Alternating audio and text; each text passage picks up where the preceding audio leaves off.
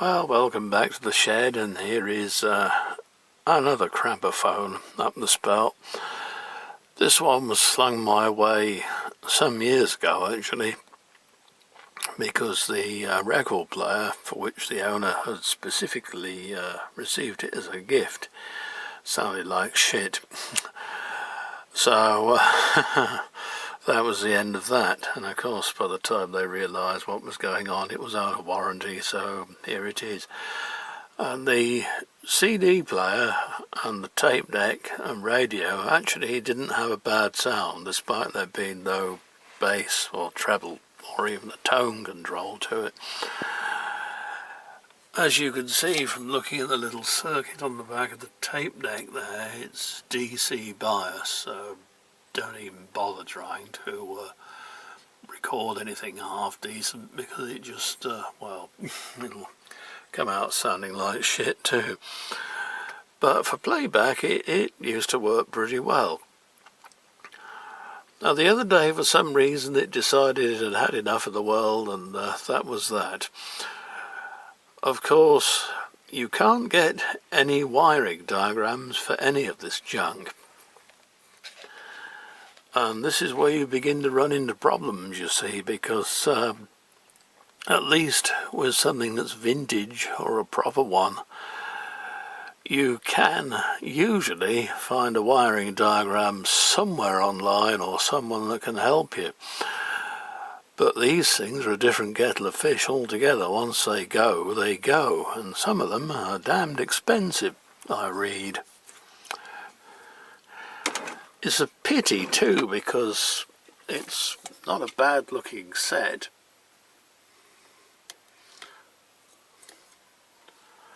As they go, and unlike many that just have the crappy little letterbox style car type cassette player, this does have the full function thing. It's got rewind and fast forward as well.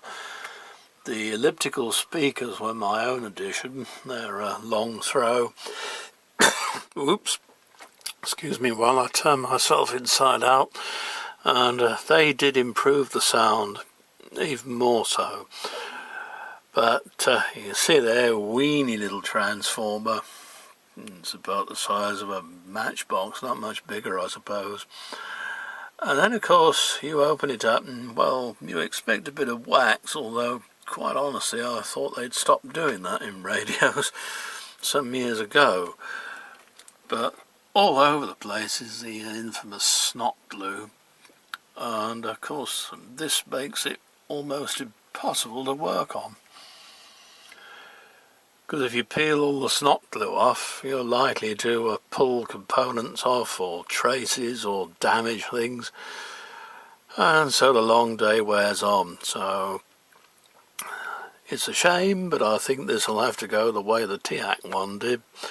The TIAC one is in the scrap pile down there, waiting to be stripped for spares, and then I shall enjoy a nice EOL when I set fire to it all, let me put it that way. Anyway, so don't waste your money really on these things, all these Crosley's, Prolextrics and other such like stuff. They're okay till they break, and then you are on your own. The only spare you can get for some of them is a belt. They have at last realised that they do need a different stylus tip to play 78s, and they're not trying to get you to play it with the LP45 needle anymore.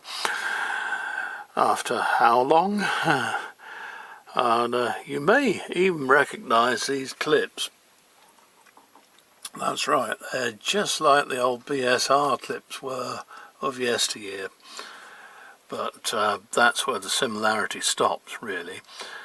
It did switch itself off at the end of the record, this one, but quite honestly, it was not worth playing a record on it. It sounded bloody dire. So, yes,